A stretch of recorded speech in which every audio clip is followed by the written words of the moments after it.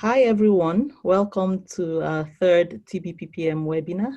We are excited to have over 100 people registered for this webinar, which is the largest number we've had so far. My name is Charity Omenka. I work as the manager at the McGill International TB Center. I work closely with Petra Heitkamp, the TB community manager. So today for our webinar, we're excited to have Dr. Madhukar to talk to us about TB, quality of TB care and how we can address gaps in the care cascade. Dr. Pai is a professor at the Department of Epidemiology and Biostatistics, Faculty of Medicine, McGill University. He is also the Canadian Research Chair in Translational Epidemiology and Global Health. He's the Director of McGill Global Health Programs and my boss, Director of McGill International TB Center. So right now we'll give Madhu to speak to us. Thank you, Charity, and thank you, Petra. Happy to have you all join this webinar. Is everything audible? Are you able to see the slides? Yes? Yes. Okay. So the theme of this webinar is quality of TB care, something that personally I have been working on for several years now. And I want to kind of start off by stating the obvious, that I think even in 2020, most national TB programs still focus on coverage of services, but not quality. We measure coverage indicators all the time, number of gene experts done, or number of people who were started on treatment, but we don't quite ask how many have received adequate quality care. And I will show you examples of why I think this is the case. And not just in TB, in the broader world of global health, there is a lot of awareness and acknowledgement that coverage does not equal quality. You could have high coverage of some service, for example, antenatal care, immunization, surgery, whatever the service is, but you could still have a lot of bad outcomes because of poor quality. This Lancet Global Health Commission on High Quality Health Systems came up with a stunning statistic that in 2016, of the 8.6 million deaths that were avertable in the health system, 5 million were attributable to poor quality care. So it seems to me that complete lack of coverage is not the concern right now. There is some coverage of some quality care, but the quality of services might be quite poor. And this definitely applies to TB. And I'll show you in a second how we use this Lancet Commission to look at TB through this lens of high quality health systems. The other issue is that I've spoken to many TB survivors, and many of them are on this webinar, and we will be happy to hear them speak when I'm done and offer their thoughts. Is that TB care was always designed from a health systems perspective. In other words, that's why many TB control programs are called control programs. They are public health programs intended to reduce TB transmission, but they were never really designed from a patient-centered perspective. Disease control is the primary aim of TB care. And that's why interventions like directly observed therapy or DOT were introduced. And I bet none of them were designed by asking patients whether DOT was acceptable or not. And this certainly is something that TB is the polar opposite of HIV, where folks working in HIV/AIDS would not introduce any interventions without adequately consulting and bringing on board HIV, people living with HIV as a centerpiece of the intervention. So I was fortunate to be part of the Lancet Commission on TB. And you see here the highlight of this commission, which is available free access. The number one priority we identified was provide patient-centered services to all patients seeking TB care. So in other words, providing high quality TB care for people with active TB should be the number one priority for any national TB program. And according to the Lancet HQSS Commission, a high quality health system optimizes health by doing three things: consistently delivering care that improves or maintains health. Consistently is important. It should be valued and trusted by all people. And then it should respond to changing population needs. That was a definition used by the Lancet HQSS Commission, which is also available if you want to look at the whole full report. And then this commission came up with the simple equation that good health is a function of two things: utilization and quality. If you wish, you can replace utilization with coverage, right? And then quality. So you need high coverage and you also need high quality in order to achieve the best health outcomes. If you had high utilization of a bad quality service, you could still end up with poor quality health outcomes, which is why mere utilization of TB services or numbers of people treated are simply inadequate to really reduce the high death rate that we see in TB, for example. Utilization might be high, but people still are dying because they're not getting high quality TB care. So this equation is really important to keep at the back of our minds, that any discussion where quality is not discussed is inadequate or incomplete, in my opinion. So the HQSS Commission came up with this framework where they say better health and quality impact will come when a health system rests on a foundation of things. Foundation is, do you have doctors in the clinic? Do you have nurses? Do you have drugs in the pharmacy? Is the clinic open? Is there funding for your health services, and so on and so forth? On this bedrock of foundations rests what are called processes of care. Is the care being offered competent, and is the user experience positive, right? Competent care is quality of the technical quality of care being delivered. Is the correct test being used? Is the correct drug regimen being used? Are you receiving antibiotics that are working versus not working? And user experiences is your patient population happy with the services? Will they come back to you again? Do they trust the service to use it again? Will they recommend someone else to come? Are they getting personalized, confidential care, so on and so forth? And then if all of that works well, then you see better health, then you see confidence in the health system, then you also see economic benefits, right? So this is a nice framework. And what we did here at McGill, and this is already included in the Lancet TB Commission, we basically adopted the HQSS framework. We identified all the TB literature we could at that time. This is almost a year and a half ago. And we buried that within the HQSS framework. For example, you look at the bottom, you see the processes of care. Then you see governance, you see platforms, workforce, and tools. And in this one single snapshot, we were able to show that quality of TB care is suboptimal on every measure in this HQSS framework. Even our foundations are weak in TB. For example, all of us know there are lots of TB positions like microscopy technicians that are vacant in many places. We know our tools are suboptimal. We are still using sputum smears in most countries. We know only 1 in 5 patients right now are getting access to new drugs like bedaquiline. We know even child contacts are not being put on preventive therapy. We know most national TB programs are substantially underfunded compared to their real need.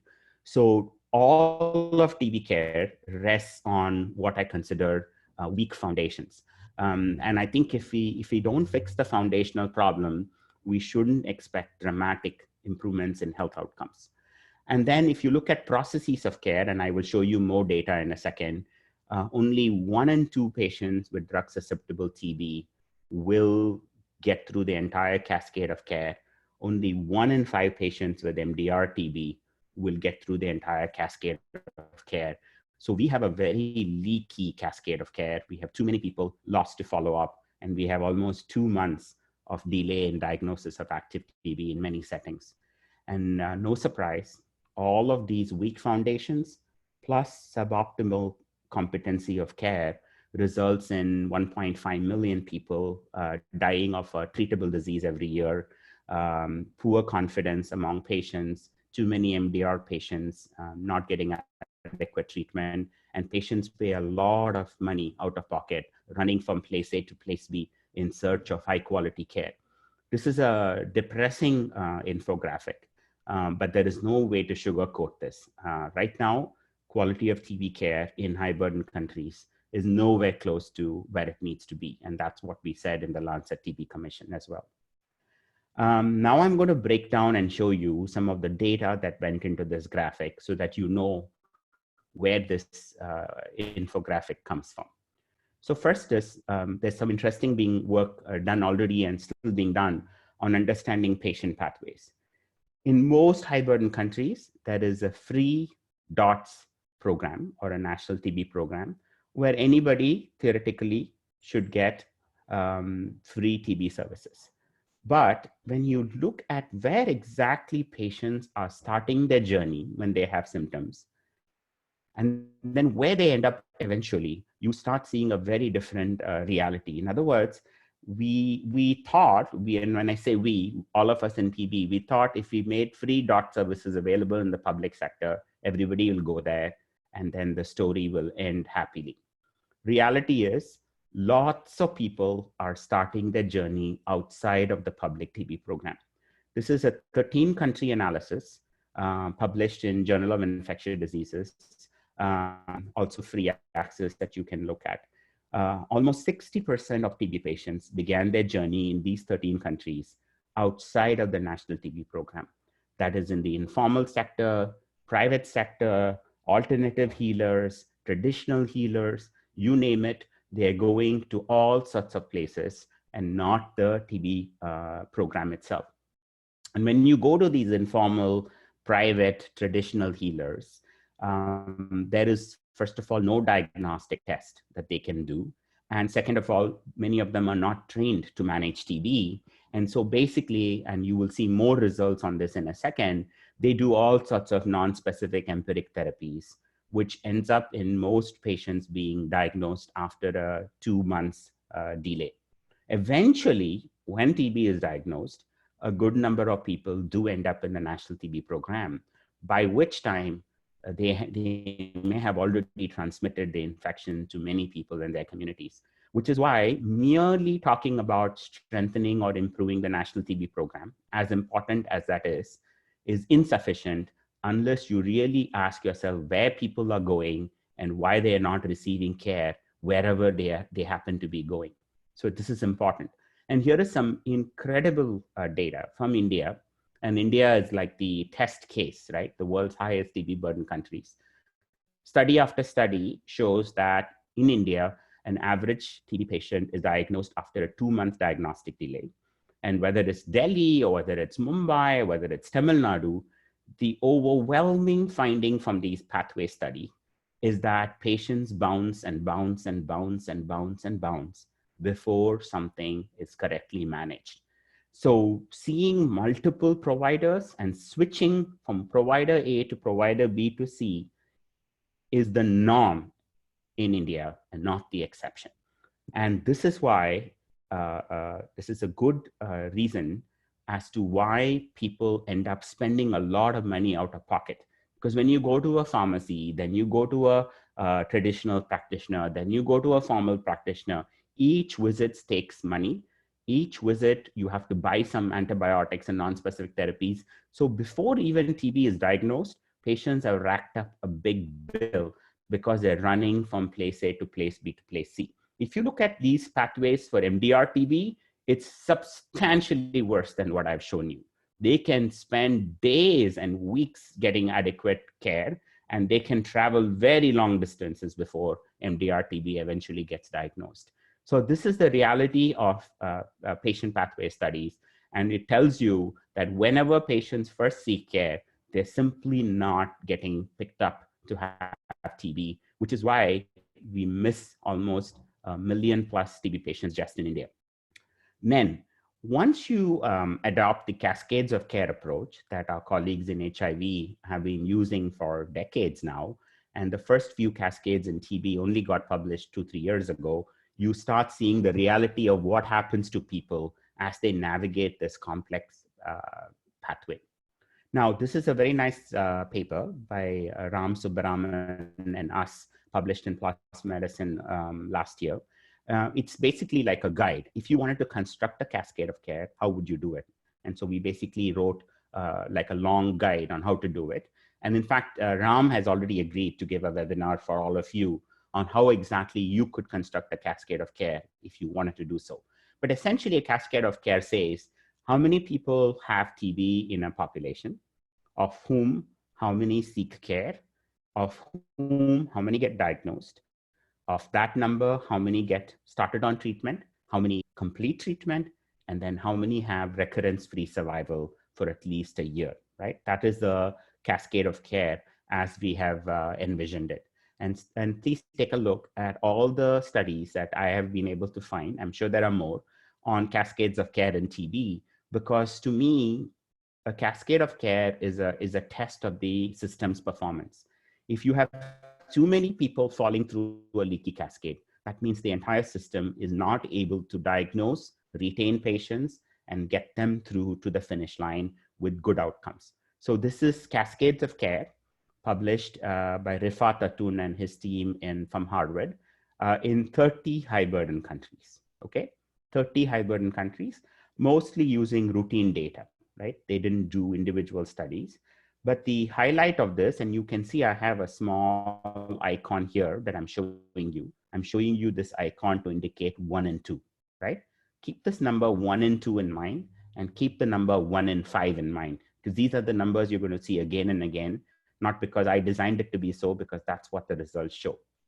If you have drug-sensitive TB in 30 highest burden countries, you have a 1 in 2 chance from getting picked up, adequately treated, and completing treatment. You can see that's the number at the bottom. 50% make the cascade of care if you have active drug-sensitive TB. DRTB. This is a paper by Emily Kendall and colleagues in the IJTLD. And this was published last year. And you can see here, if you have DRTB globally, you have a 14% chance of going through the entire cascade and actually getting cured of DRTB. And that is worse than 1 in 5, right? 14% is less than 1 in 5. So active TB is 1 in 2, MDR TB is 1 in 5. If you look at now country-specific data, and I'm really happy that people are starting to do specific analysis and country cascades of care.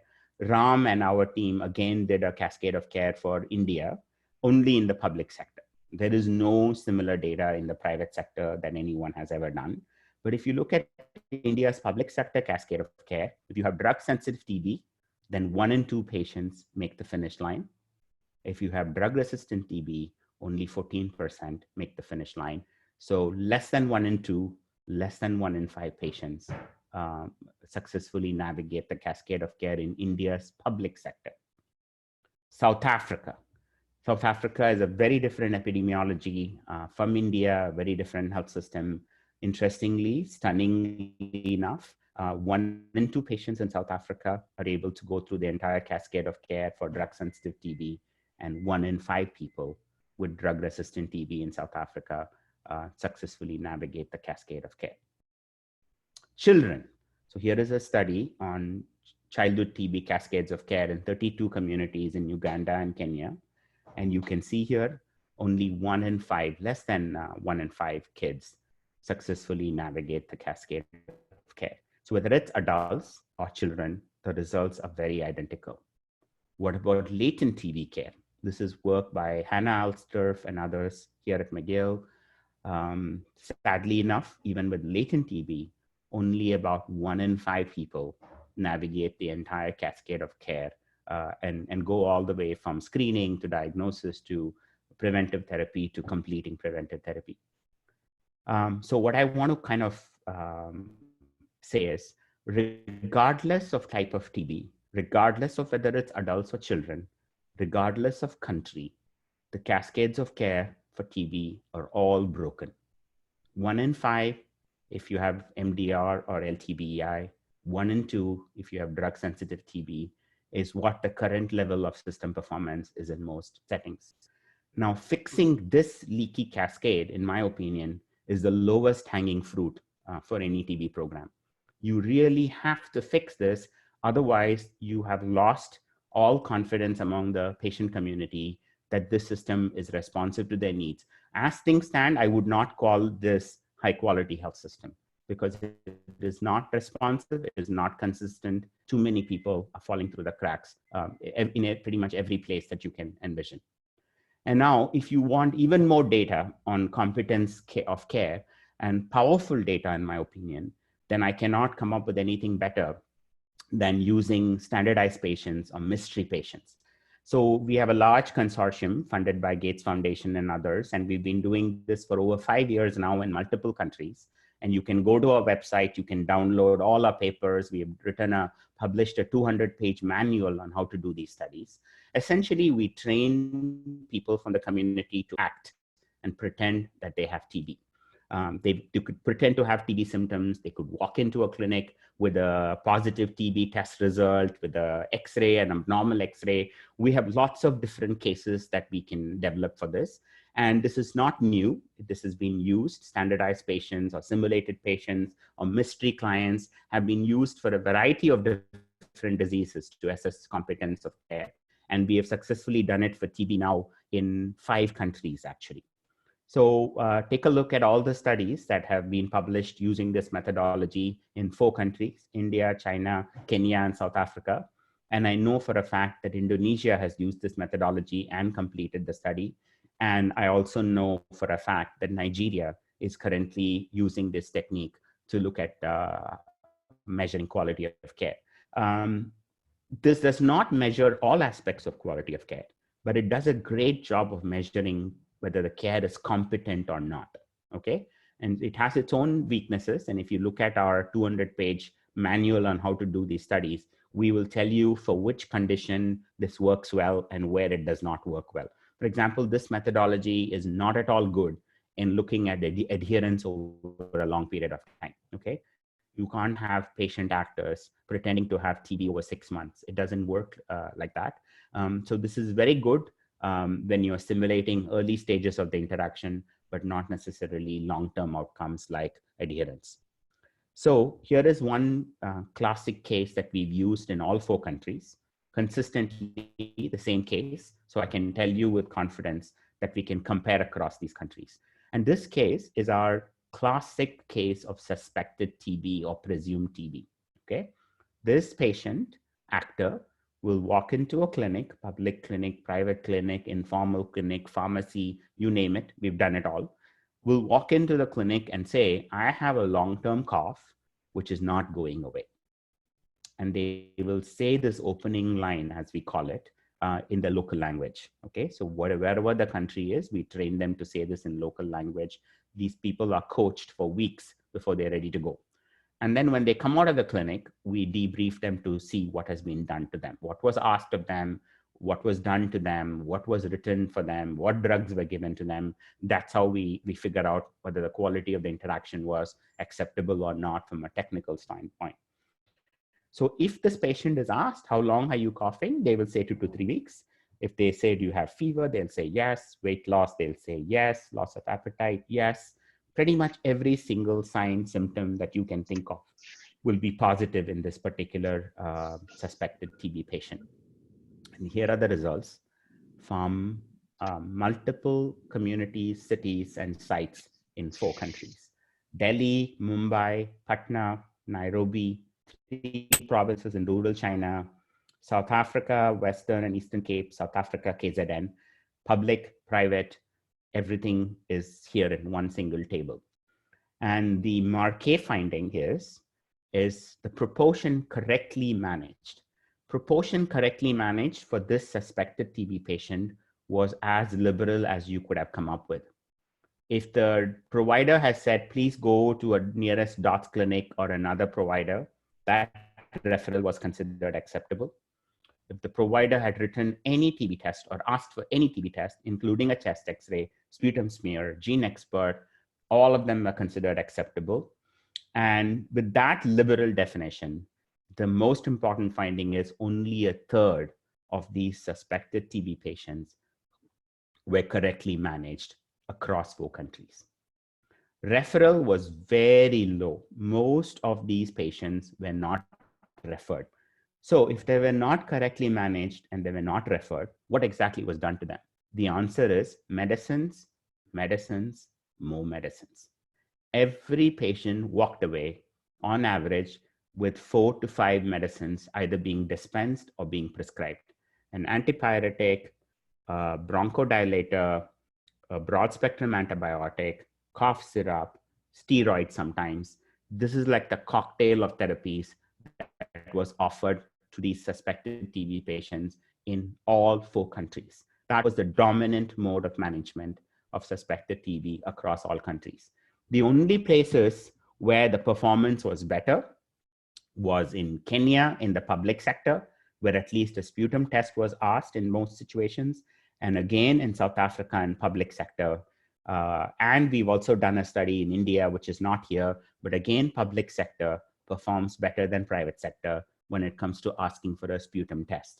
Private sector simply does not order sputum tests in most settings. And we've done ethnographic studies, anthropological studies, primarily in India.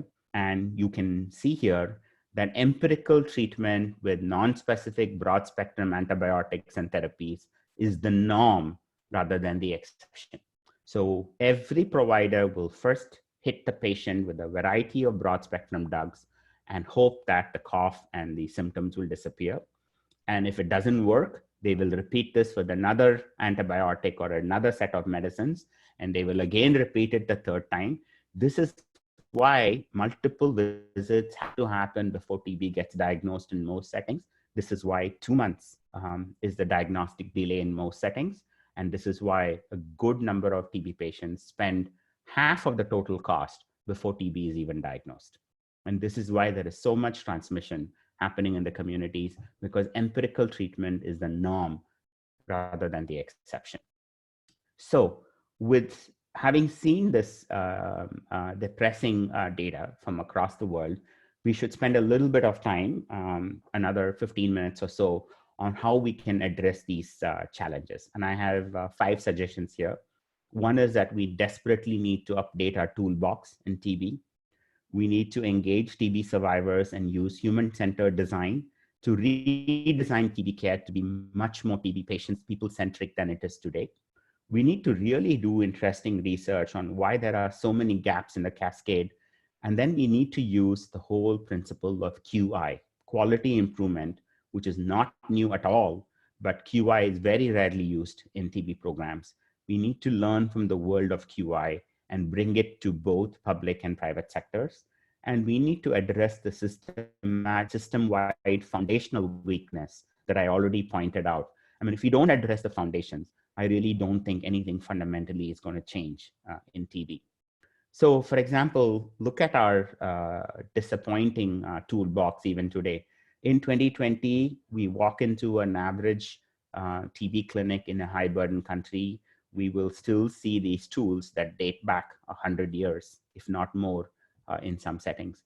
We're still using injectable drugs when we don't need to, still using sputum smears, that's going to miss a lot of people. We're still using BCG, which has got very low efficacy. We're still using paper forms, not able to track what is happening over a long period of time. Our TB reports get updated once in a year and not real time. We're not using digital innovations.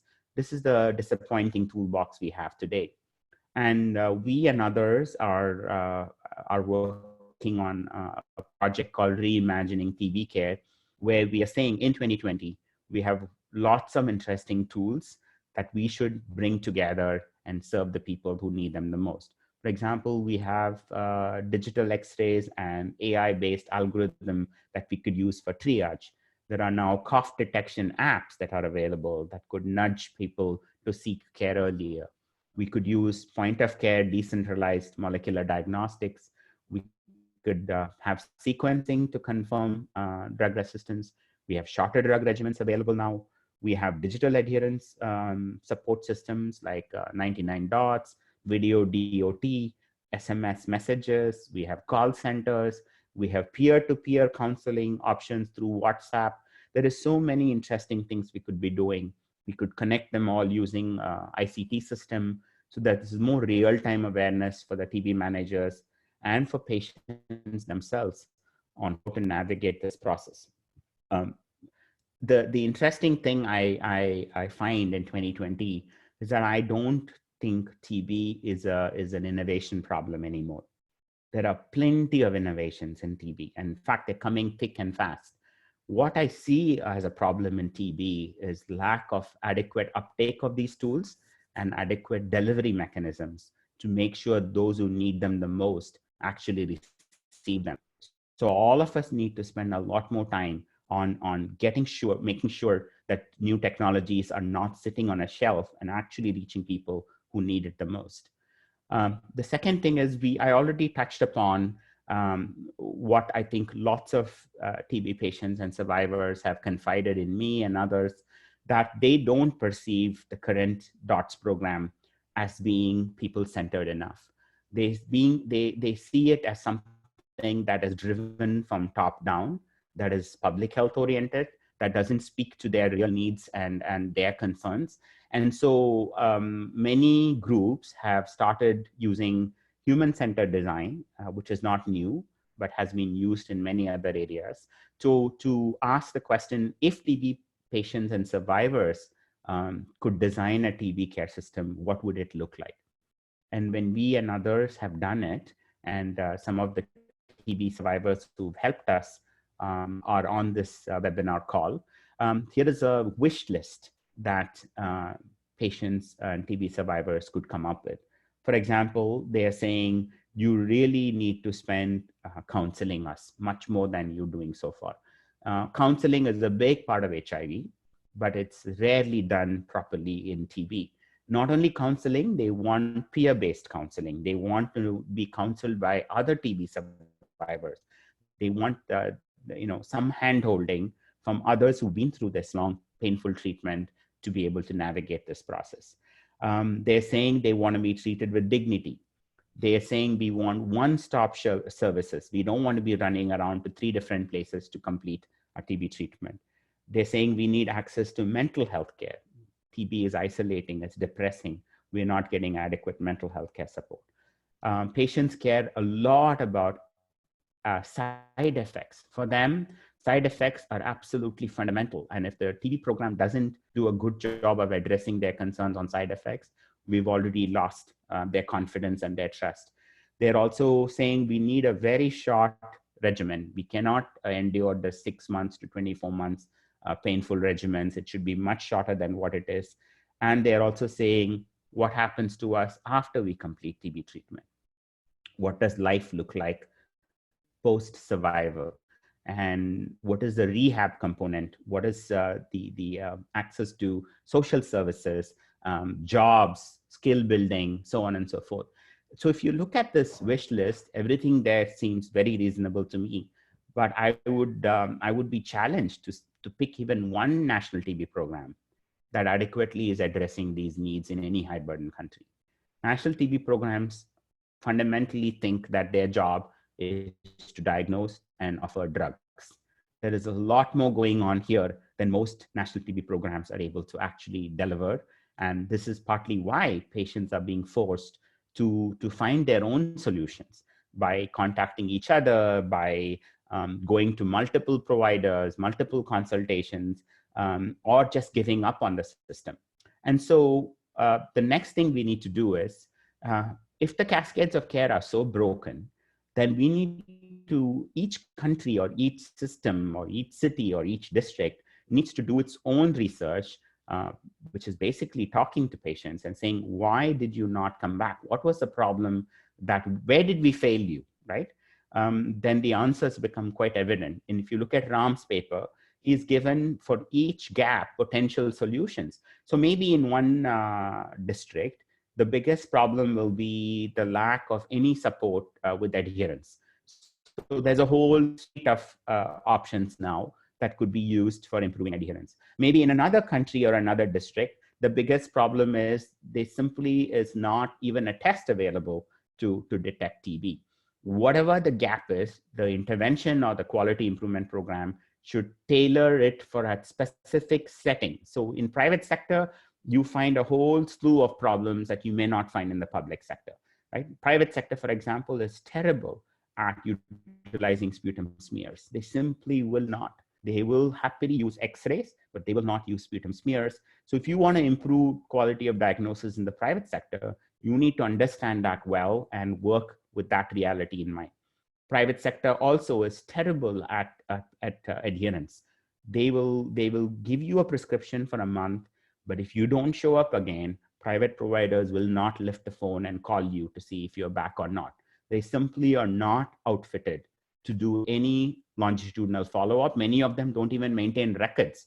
So there is not even a chance of adequate follow-up if there is not even a medical record that's being maintained.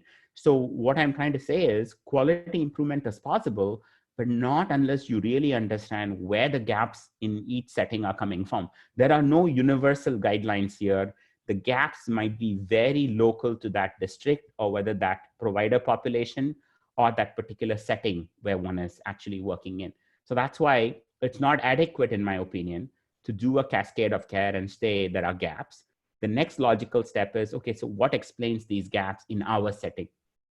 And that requires qualitative and quantitative research to be able to identify that. Once you've done it, then the whole world of quality improvement opens up for us. So here is a beautiful paper by Farhana Amanullah on blocks along the patient cascade of care for just childhood TB, right? So here's a bunch of childhood TB experts who really spend time trying to dissect why the childhood TB cascade is so bad and where is it that the problem actually lies, right? For example, let's take the simple question of, childhood TB. This is simply not a good diagnostic test. So lots of kids will not produce a sputum. No matter what you do, if all you have is sputum smears in a clinic, you will miss pediatric TB. There is nothing anybody can do about it, right? For example, there is no child-friendly medicines. So what do you do then? Do you just crush adult pills and give it to patients which are toxic, not tasty, and patients don't know whether they're giving the right dose or not? These are all examples of some serious work done on a specific patient population in a specific environment to identify what things can be fixed and how the cascade of care can get better. Similar work is also being done on latent TB. Why is latent TB cascade so bad in many settings?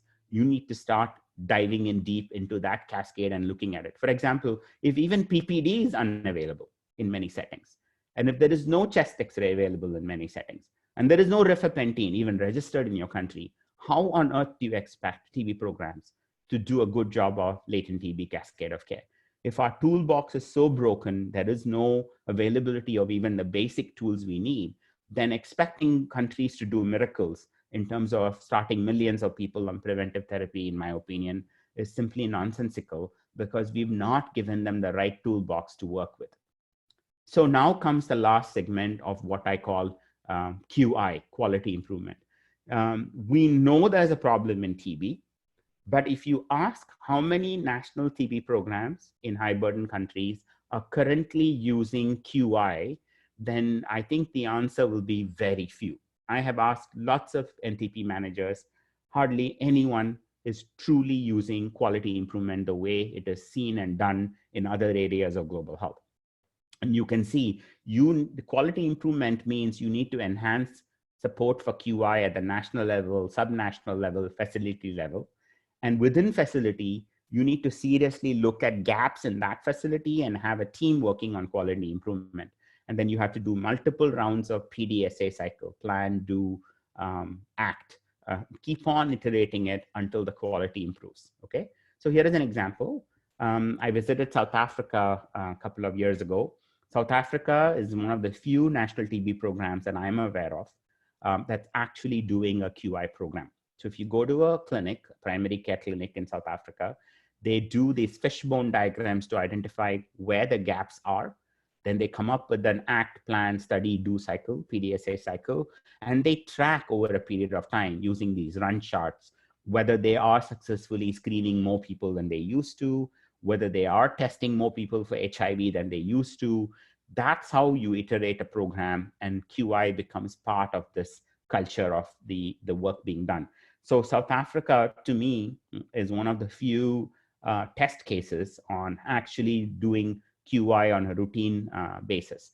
Now, QI is routinely used in maternal and child health. It's routinely used in HIV programs.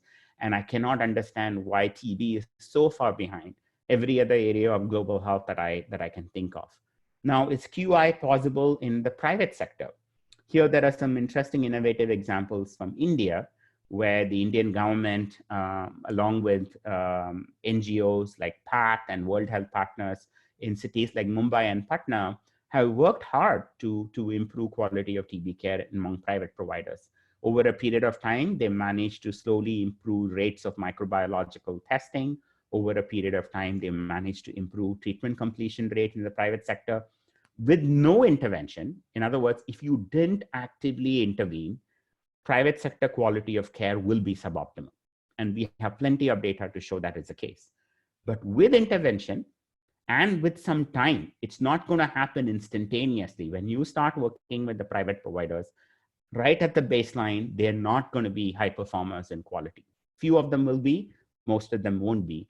You have to stick with them over a period of time, gently show them the value of testing for TB, the value of using Gene Expert, the value of having call centers or using digital adherence technology, and value of connecting TB patients in the private sector to the national TB program. In other words, notification, and how notification can bring free drugs and cash transfers to the patients. It's a whole engagement process. And that's one of the reasons why we have this learning network, because we want to learn on how people are successfully engaging private and informal providers and successfully improving quality of care, so that these learnings can be transmitted across countries and settings. So all is to say that even in a difficult environment like the private sector, it is possible to improve quality of care, and it is certainly possible to improve quality of care in the public sector. But these are exceptions rather than the rule. Most TB programs, most private providers do not adopt QI as a deliberate, thoughtful quality improvement exercise. If at all they're doing it, it's some random chance rather than a deliberate, intentional design. And if we could do adequate work on quality of care, it'll be so wonderful that if every national TB program could put out their quality dashboard. This is a generic dashboard that the Lancet Commission put together. But imagine if we could come up with a quality of TB care dashboard that every national TB program can display on their website or their on all their clinics. What is the average diagnostic delay in our setting? What is the adherence or treatment completion rate in our setting? What proportion of our TB patients navigate the cascade of care? How many were successfully linked to government free services like cash transfers or free drugs? How many of the children under the age of 5 are successfully put on preventive therapy? You could come up with a nice dashboard, but I'm yet to see a quality of care dashboard from any national TB program.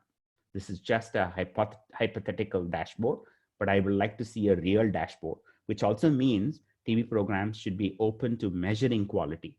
It will not look pretty when they start measuring it, but if they want to get better, they have to swallow the bitter pill early on and say, right now our performance is dismal, but if we work at it, we can get better, which is what the quality improvement mindset is all about. Quality will not be nice or good when you start, but if you stick with it, could you get better is a real question. And all TB programs must listen to TB patients. I have asked so many TB patients from around the world, how many of them were asked when they completed TB treatment or during TB treatment on whether they were satisfied with the services. In other words, client satisfaction. I mean, you walk into a toilet these days, there's an emoji where you can click a button and say green, yellow, or red to see whether the toilet is clean or not. How many TB programs even care to ask whether the quality of services they're offering is good or not? I wonder they don't want to ask because they don't want to hear the bad news that's going to come. Because right now, TB patients everywhere are very unhappy with the services. But if they're not even being asked, how do you get feedback from patients, right? So let's come up with some simple metric or tool, ideally designed by TB survivors, on what is a minimum set of indicators that every NTP should routinely ask a TB patient at the start of treatment, during treatment, and after treatment. For example, could there be an indicator saying that if you could refer somebody else with TB to our clinic, would you do it? And if the answer is no, that's a pretty stunning statement, right? Were you treated with respect and dignity during your TB services? Did people even talk to you about how long your treatment will be or what your side effects will be? So some amount of serious work needs to be done in the area of client satisfaction and user experience in TB. And all TB programs, without a question, must routinely analyze their care cascades and track it over a period of time. Compared to the cascade 2 years ago, is the cascade for India better in 2020? That's the kind of questions we should be asking. And if you've done QI in your setting, the cascade of care should get better. Now in HIV, they are gunning for 90, 90, 90 in the cascade of care, right? That's how they set the benchmark. And they are very rigorously tracking the 1990 targets across all countries in HIV, across all districts, across various populations. And that's the kind of tracking we need to do to see whether we are doing better over a period of time. And then I want to end by sharing this anxiety that we have. To really offer quality TB care, you need access to tools, you need access to drugs, you need access to gene expert, cultures, DST, bedaquiline, rifapentine, short course new drugs that are coming on board. You need access to ICT systems, dashboards. How on all of this, how does it magically happen when the health system overall is so weak? In other words, how does an underfunded, poorly performing general health system suddenly do well just with TB? I cannot see that happening. So strengthening the overall health system, addressing the foundations of TB care, and advocating for universal health coverage should be an important part of what we do. In other words, no matter what disease we work on, we all need to be advocates of universal health coverage. Good TB care can only happen in a decent functioning health system, because TB is merely one among many things that people have, right? What happens if the TB patient also has diabetes? What happens if they also have HIV? What happens if they get pregnant? You don't want a system that only does a decent job of TB, but a rotten job of diabetes or a rotten job of managing HIV. You want a health system that is responsive to all of patient needs, which can only come from universal health coverage. Universal health coverage that is of high quality is a bedrock on which any good TB program needs to rest. So each of us must absolutely advocate for greater investments in health and in UHC in whichever country we work in. Otherwise, fundamentally, we've not changed anything.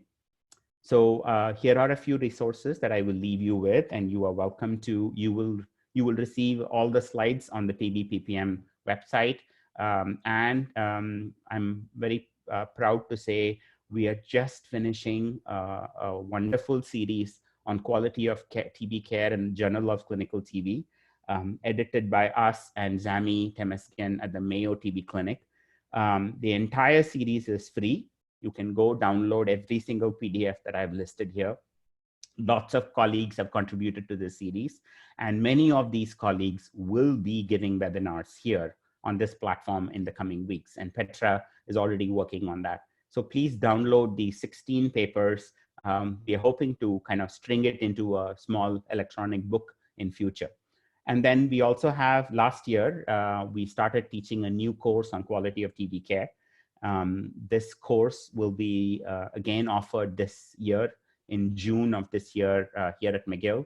And I have Jishnu Das from formerly World Bank and now Georgetown University, and Zami as my coordinators. We already have about 4 TB survivors who will be joining this course and helping us teach this course as well. And then lastly, if you are not already a member of this network, so this network is a community of practice. We want all providers, public and private, joining this network. It's a platform for disseminating new knowledge, for these sorts of webinars, for blogs. It's a whole PDF library that we're creating on this topic. And it's also a great way to post announcements and jobs and other things. So please join. It takes you a few seconds. It's free. And once you join, you will open up all these resources. And so tbppm.org is the website. So with that, I will stop, and I'll be very happy to answer any questions that you can ask or comments from TB survivors who are on the call and would like to jump in and begin this Q&A session. Thank you. Thank you, Madhu, for a very interesting talk. I'm happy I was happy to hear you say that TB programs need to be transparent about measuring quality, even when it's not pretty. We have a couple of questions already, and I'll take a few of them, even though you addressed, there's one of them that you already addressed about the role of TB survivors in quality of care, in determining what care means and how to measure it. There's also a question here about what needs to change in the WHO guidelines and interactions with country programs to get the focus on quality that we need. And also, what is our strategy to empower the technical review panel at the Global Fund to reject proposals that fail to prioritize quality? That's one question. I'll give you a chance to respond, then I'll take more questions. Yeah, before we start, are there any TB survivors on the call? I can see the Deepti. Is there anyone else? Would they like to respond to this talk and add a few perspectives now? Okay. I have a hand raised here by David Bryden. Okay, yeah. Let David speak. Okay. Oh, yeah, thanks. The questions that I had were the ones that you read. So thank you so much. And just to say, I think this is a really important presentation, and it's long overdue that countries address this. Thank you, David. Okay. Anyone else? Yeah, Deepti's hand is raised. I'll mute her now. Okay. Deepti, are you muted? Yes, we can hear you. Yeah. Hi. As usual, the presentation was very engrossing, and as you rightly mentioned, that role of TB survivors is important to ensure quality care. Because I was on a JMM recently, and I asked many patients, are they happy about the quality of care that they are receiving? And I was surprised to hear their answers. They were saying that we are getting free care. What more could we ask for? And they necessarily didn't know what quality care means. I told them about this test where they can find out if they are resistant or not in just 2 hours, and they said we are not aware about this test, and they didn't know that there are WHO guidelines that injectables should be stopped, and they are still receiving injectables. So people are not aware, the patients are not aware about what quality of care means and what they can actually get if they demand it.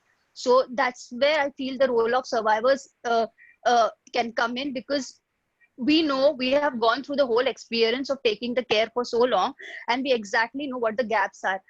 Recently, the FMR McGill workshop that we had with survivors, we came up with so many suggestions and so many things that could be done to ensure quality care. I think it's not that difficult for the programs to actually imbibe all those suggestions. Thank you, Deepti. Fully agree. So this idea that it's free care, what more can you ask for, is just such a sad state of how many healthcare systems see this, right? They think that just making free services available is sufficient, and that's exactly the kind of thinking that has led to such poor outcomes, not just in TB, but in so many areas. You have small babies dying of pneumonia or lack of oxygen or whatever, which means there is no accountability in the system, right? It's just free care is available, and there ends the government's responsibility. That you need a very conscious demand creation for quality, right? If patients don't put up with this rubbish and say this is simply inadequate quality of care, that's when I think accountability will go up. And right now, I think HIV advocates do a great job of holding the system accountable. They generally don't like to settle for suboptimal stuff. And I think there is so much we need to do. And for that, we need a very strong TB civil society. And that is something the TB field has ignored for decades, actually. We have another hand raised Yes. here. We can Yes. unmute him. This is from Yusuf. Yusuf, you can go ahead. Good morning, everybody. Yeah. Yes. Yeah, thank you very much, sir, for the presentation. I just wanted to comment on two things. First is to buttress the point that was raised by Tripty. I think engaging the TB survivors is grossly underemphasized. Nobody talks about it. We, on our part, well, I've once served on a project that engaged a few TB survivors in the program, and the results were astronomical. So I think we need to do more. Mm-hmm. These TB survivors are available. We need to just reach out to them. More often than not, they tend to, once you tell them that I have this project that I'm doing, will you be interested in helping out on this project and being a source of speaking of hope, so to speak to people and all that, and to get them to come up. They 9 out of 10 times they will not tell you no. They will be more than willing to help on the project, and the results will be fascinating if we can only try. The other thing is the issue of having civil society groups and all that. Yes, the call or the need for TB society groups cannot be stressed enough. But of course, we are doing little or so much, or maybe the TB programs are busy trying to get their acts together.